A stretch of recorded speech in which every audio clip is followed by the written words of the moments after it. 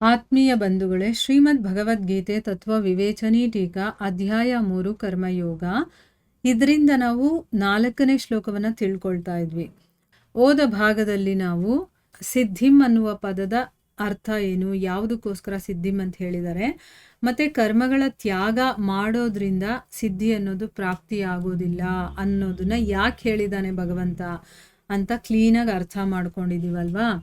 ಈಗ ಮುಂದಿನ ಪ್ರಶ್ನೆ ಏನಪ್ಪಾ ಅಂತಂದ್ರೆ, ಅನಾರಂಭಾತ್ ಮತ್ತೆ ಸನ್ಯಸನಾತ್ ಅನ್ನುವಂಥ 2 ಪದಗಳನ್ನು ಇಲ್ಲಿ ಹೇಳಿದಾರಲ್ಲ, 2 ಪದಗಳ ಅಭಿಪ್ರಾಯ ಒಂದೇ ಆಗಿದೆಯಾ ಅಥವಾ ಬೇರೆ ಬೇರೆ ಆಗಿದೆಯಾ? ಬೇರೆ ಬೇರೆನೇ ಆಗಿದ್ರೆ ಎರಡರಲ್ಲಿ ಏನು ಭೇದ ಇದೆ, ಏನು ವ್ಯತ್ಯಾಸ ಇದೆ ಅನ್ನೋದನ್ನ ಪ್ರಶ್ನೆ ಕೇಳಿದ್ದಾರೆ. ಈಗ ಅನಾರಂಭಾತ್ ಅಂತಂದ್ರೆ ಏನು? ಕರ್ಮಾನುಷ್ಠಾನ ಮಾಡದೇ ಇರುವನು ಅಂತ ಅಂದ್ಬಿಟ್ಟು. ಆಮೇಲೆ ಸನ್ಯಸನಾತ್ ಅಂತಂದ್ರೆ ಏನು? ಕರ್ಮಗಳ ತ್ಯಾಗ ಮಾಡೋದು ಅಂತ ಹೇಳಿರೋದು. ಇಲ್ಲಿ ಕರ್ಮದ ಅನುಷ್ಠಾನ ಮಾಡದೇ ಇರೋದು ಅಥವಾ ಕರ್ಮವನ್ನ ತ್ಯಾಗ ಮಾಡೋದು, ಎರಡೂ ಅರ್ಥಗಳು ಒಂದೇನಾ ಅಥವಾ ಬೇರೆ ಬೇರೆನಾ? ಬೇರೆ ಬೇರೆ ಆಗಿದ್ರೆ ಏನು ಅಂತರ ಇದೆ ಎರಡರಲ್ಲೂ, ಏನು ಭೇದ ಇದೆ ಅಂತ ಅಂದ್ಬಿಟ್ಟು ಇಲ್ಲಿ ಪ್ರಶ್ನೆ ಕೇಳ್ತಾ ಇದ್ದಾರೆ. ಯಾಕಂದ್ರೆ ಇದು ತಿಳ್ಕೋಬೇಕಾಗಿರುವಂಥ ವಿಷಯ. ಯಾಕಂದ್ರೆ ಕರ್ಮನೇ ಮಾಡದೇ ಇರೋದು ಅಂತಂದ್ರೆ ಅರ್ಥ ಏನು, ಅಥವಾ ಕರ್ಮವನ್ನ ತ್ಯಾಗ ಮಾಡೋದು ಅನ್ನೋದಕ್ಕೆ ಅರ್ಥ ಏನು ಅಂತ. ಯಾಕಂದ್ರೆ ಭಗವಂತ 2 ಥರ ಯೂಸ್ ಮಾಡಿದಾನಲ್ವಾ. ಇಲ್ಲಾಂದ್ರೆ ಎರಡಕ್ಕೂ ಒಂದೇ ಪದವನ್ನ ಬಳಸ್ಬೋದಾಗಿತ್ತು, ಆದ್ರೆ ಬೇರೆ ಬೇರೆ ಬಳಸಿದಾನಲ್ಲ, ಬೇರೆ ಬೇರೆ ಅರ್ಥ ಏನಾದರೂ ಇದೆಯಾ ಅಂತ ಅಂದ್ಬಿಟ್ಟು ಕೇಳ್ತಾ ಇದ್ದಾರೆ.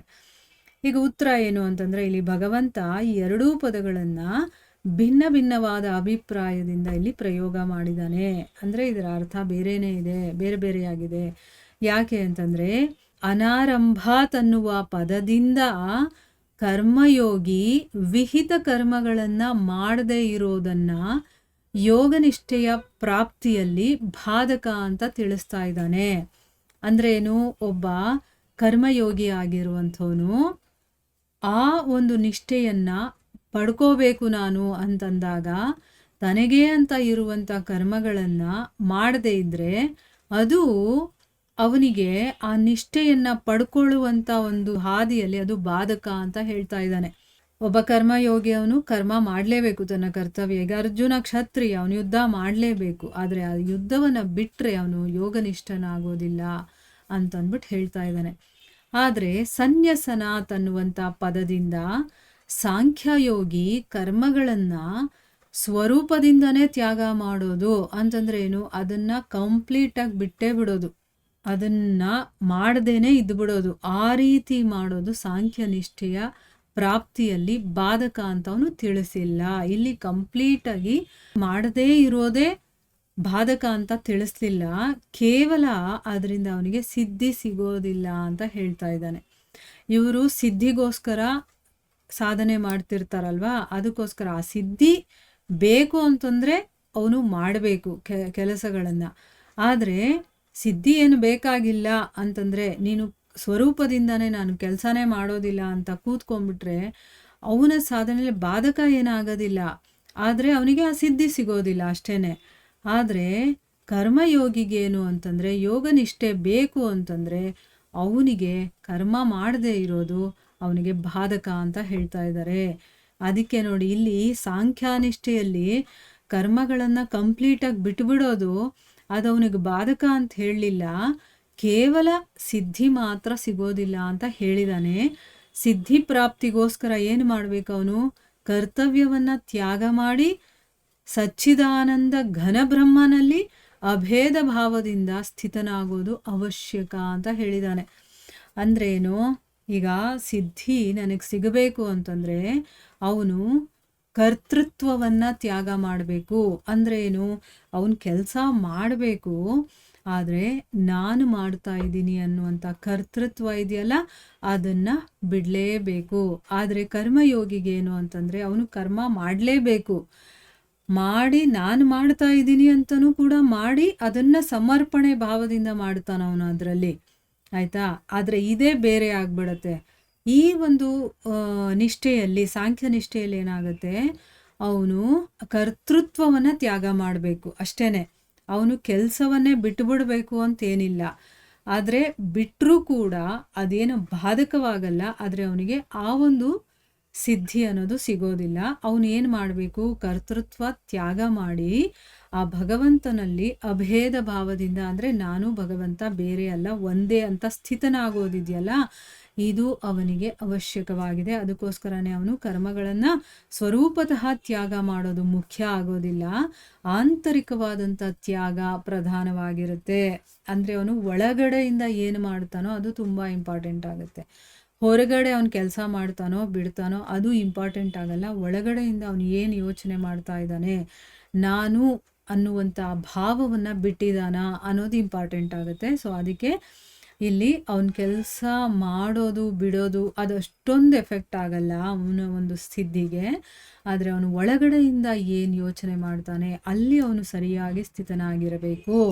ಅದಕ್ಕೆ ಅವನು ಕರ್ಮಗಳನ್ನು ಸ್ವರೂಪ ತ್ಯಾಗ ಮಾಡೋದು ಮುಖ್ಯ ಆಗೋದಿಲ್ಲ, ಆಂತರಿಕವಾದಂತಹ ತ್ಯಾಗ ಅನ್ನೋದು ಪ್ರಧಾನವಾಗಿರುತ್ತೆ. ಮತ್ತು ಕರ್ಮಯೋಗಿ ಸ್ವರೂಪದಿಂದ ಕರ್ಮಗಳನ್ನು ತ್ಯಾಗ ಮಾಡದೇ ಇರೋದು ವಿಧೇಯಕವಾಗಿದೆ. ಅಂದರೆ ಅವನು ತ್ಯಾಗ ಮಾಡಲೇಬಾರ್ದು, ಆದರೆ ಇದರಲ್ಲಿ ಮಾಡಬಾರ್ದು ಅಂತ ಏನಿಲ್ಲ, ಅವನು ಒಳಗಡೆಯಿಂದ ಅವನು ತ್ಯಾಗ ಮಾಡಿರಬೇಕು. ಇದು ಎರಡೂ ಪದಗಳ ಭಾವದಲ್ಲಿ ಭೇದ ಅನ್ನೋದು ಇರೋದು.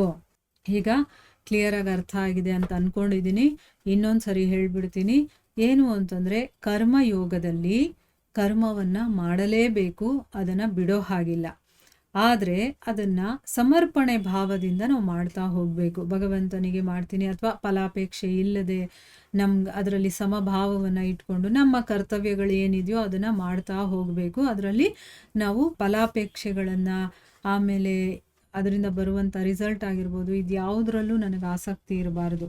ಆದರೆ ನಾವು ಕರ್ಮಗಳನ್ನು ಮಾಡದೇ ಇರೋದಿದೆಯಲ್ಲ, ನಮಗೆ ವಹಿಸಿರುವಂಥ ಕರ್ಮಗಳನ್ನು ಮಾಡದೇ ಇರೋದಿದೆಯಲ್ಲ, ಅದು ನಾವು ಸಾಧನೆ ಮಾಡುವಂಥ ಯೋಗ ನಿಷ್ಠೆಯಲ್ಲಿ ಅದು ನಮಗೆ ಬಾಧಕವಾಗುತ್ತೆ. ಆಯಿತಾ, ಮಾಡಲೇಬೇಕು ನಾವು. ಆದರೆ ಸಾಂಖ್ಯ ನಿಷ್ಠೆಯಲ್ಲಿ ಆ ರೀತಿ ಅಲ್ಲ. ಅಲ್ಲಿ ಕೆಲಸ ಮಾಡದೇ ಇದ್ದರೂ ಅದೇನು ನಮಗೆ ಬಾಧ ಕೊಡೋದಿಲ್ಲ, ಆದರೆ ನಮಗೆ ಸಿದ್ಧಿ ಸಿಗೋದಿಲ್ಲ. ಆ ಸಿದ್ಧಿ ನನಗೆ ಬೇಕು ಅಂತಂದರೆ ಹೊರಗಡೆಯಿಂದ ನಾನು ಏನು ಕೆಲಸ ಮಾಡ್ತಾ ಇದ್ದೀನಿ ಅಥವಾ ಹೇಗೆ ಮಾಡ್ತಾ ಇದ್ದೀನಿ ಅದೆಲ್ಲ ಇಂಪಾರ್ಟೆಂಟ್ ಆಗಲ್ಲ. ಒಳಗಡೆಯಿಂದ ನಾನು ಅದನ್ನು ತ್ಯಾಗ ಮಾಡಿದ್ದೀನ ಅದು ಇಂಪಾರ್ಟೆಂಟ್ ಆಗುತ್ತೆ. ನಾನು ಒಳಗಡೆ ನನ್ನ ಭಾವ ಹೇಗಿದೆ ಅದು ಇಂಪಾರ್ಟೆಂಟ್ ಆಗುತ್ತೆ. ಮತ್ತು ನಾನು ಒಳಗಡೆಯಿಂದ ನಾನು ಪರಮಾತ್ಮ ಅಭೇದ, ನಾನು ಅವನು ಒಂದೇ ಅನ್ನುವಂಥ ಒಂದು ಮನಸ್ಥಿತಿ ಇಟ್ಕೊಂಡು ಅಲ್ಲಿ ಕರ್ತೃತ್ವದ ಭಾವನೆಯನ್ನು ಬಿಡಬೇಕು. ನಾನು ಮಾಡ್ತಾ ಇದ್ದೀನಿ ಅನ್ನೋದನ್ನು ಬಿಡಬೇಕಷ್ಟೇ ಹೊರತು ಕೆಲಸನೇ ಬಿಡಬೇಕು ಅಂತ ಎರಡೂ ನಿಷ್ಠೆಗಳಲ್ಲೂ ಕೂಡ ಹೇಳಿಲ್ಲ. ಆಂತರಿಕವಾದಂತಹ ತ್ಯಾಗನೇ ಪ್ರಧಾನವಾಗಿರುತ್ತೆ ಸಾಂಖ್ಯ ನಿಷ್ಠದಲ್ಲಿ. ಯೋಗ ನಿಷ್ಠೆಯಲ್ಲಿ ತ್ಯಾಗ ಮಾಡದೇ ಇರೋದೇನೆ ಸರಿಯಾಗಿರುವಂಥದ್ದು. ತ್ಯಾಗ ಮಾಡಬಾರ್ದು, ಅಲ್ಲಿ ನಾವು ಕೆಲಸವನ್ನು ಮಾಡಲೇಬೇಕು ಅನ್ನೋದು ಬರುತ್ತೆ. ಈಗ ನಾನು ಕೆಲಸ ಮಾಡ್ತಾ ನಾನು ಅನ್ನುವಂಥದ್ದು ಇರುತ್ತಲ್ಲಿ, ಭಗವಂತ ಅನ್ನೋದು ಸೆಪ್ರೇಟ್ ಆಗಿರುತ್ತೆ, ಭೇದ ಇರುತ್ತೆ ಅದರಲ್ಲಿ. ನಾನು ಅವನಿಗೋಸ್ಕರ ಮಾಡ್ತಾ ಇದ್ದೀನಿ ಅಥವಾ ಅವನು ನನ್ನ ಮೂಲಕ ಈ ಕೆಲಸಗಳನ್ನು ಮಾಡ್ತಾ ಇದ್ದಾನೆ, ನಾನು ಅವನಿಗೆ ಸೇವೆ ಮಾಡ್ತಾ ಇದ್ದೀನಿ ಅನ್ನುವಂಥ ಒಂದು ಸಮರ್ಪಣೆಯ ಭಾವದಿಂದ ನಾವು ಕೆಲಸಗಳನ್ನು ಮಾಡ್ತಾ ಹೋಗ್ತೀವಿ. ಆದರೆ ಸಾಂಖ್ಯ ನಿಷ್ಠೆಯಲ್ಲಿ ಅಭೇದ ತತ್ವ ಇರುತ್ತೆ. ಅಂದರೆ ನಾನು ಪರಮಾತ್ಮ ಬೇರೆ ಅಲ್ಲ, ನಾವಿಬ್ರು ಒಂದೇ. ನಾನು ಅನ್ನುವಂಥ ಒಂದು ಅಹಂಕಾರ ಅಥವಾ ಆ ಕರ್ತೃತ್ವ ಅನ್ನುವಂಥ ಭಾವನೆನೇ ಇರೋದಿಲ್ಲ ಅಲ್ಲಿ. ಎಲ್ಲವೂ ಕೂಡ ಆ ಗುಣಗಳ ಪ್ರಭಾವದಿಂದ ಅದು ಆಗ್ತಾ ಇದೆ. ಅಲ್ಲಿ ಮಾಡ್ತಾ ಇರೋನು ಯಾರೂ ಇಲ್ಲ ಅನ್ನೋದು ಗೊತ್ತಾಗಿ ಅವನು ಒಳಗಡೆಯಿಂದನೇ ಆ ಒಂದು ತ್ಯಾಗ ಭಾವನೆ ಅವನಲ್ಲಿ ಇರುತ್ತೆ. ಅದು ಪ್ರಧಾನವಾಗಿರುತ್ತೆ ಅವನಲ್ಲಿ ಅನ್ನೋದು ಇದರ ಅರ್ಥ. ಎರಡು ನಿಷ್ಠೆಗಳನ್ನು ನಾವು ಸರಿಯಾಗಿ ಅರ್ಥ ಮಾಡ್ಕೊಂಡ್ಬಿಟ್ರೆ ಯಾವುದಾದ್ರೂ ಒಂದು ನಿಷ್ಠೆಯನ್ನು ನಾವು ಹಿಡ್ಕೋಬೇಕು. ಇಲ್ಲ ಕರ್ಮಯೋಗ ಅಂದರೆ ಭಕ್ತಿ ಪ್ರಧಾನ ಕರ್ಮಯೋಗ ಇರುತ್ತೆ, ಭಕ್ತಿ. ಇನ್ನೊಂದು ಬಂದು ಸಾಂಖ್ಯ ಅಂತಂದರೆ ಜ್ಞಾನಯೋಗ. ಎರಡರಲ್ಲಿ ಒಂದನ್ನು ಇಟ್ಕೊಂಡು ಅದೇ ಹಾದಿಯಲ್ಲಿ ನಡಿಬೇಕು. ಎರಡೂ ಒಟ್ಟಿಗೆ ಮಾಡ್ತೀವಿ ಅಂತಂದರೆ ಸಾಧ್ಯ ಇಲ್ಲ. ಯಾಕಂದರೆ ಇದು ಭೇದ, ಇದರಲ್ಲಿ ಅಭೇದ ಇರುತ್ತೆ. ಇದರಲ್ಲಿ ನಾನು ಪರಮಾತ್ಮ ಒಂದೇ ಅನ್ನೋದಿದ್ರೆ, ಇನ್ನೊಂದರಲ್ಲಿ ನಾನು ಪರಮಾತ್ಮ ಇಬ್ಬರು ಬೇರೆ ಬೇರೆ ಅನ್ನೋದು ಇರುತ್ತೆ. ಸೊ ಅದಕ್ಕೆ ಎರಡೂ ಆಪೋಸಿಟ್ ಆಗಿರುವಂಥದ್ದು. ಯಾವುದಾದ್ರೂ ಒಂದು ನಿಷ್ಠೆಯನ್ನು ನಾವು ಫಾಲೋ ಮಾಡ್ಕೊಂಡು ಹೋಗಬೇಕಾಗತ್ತೆ. ಇಲ್ಲಿಗೆ ನಾವು ನಿಲ್ಲಿಸೋಣ. ಹರೇ ಕೃಷ್ಣ.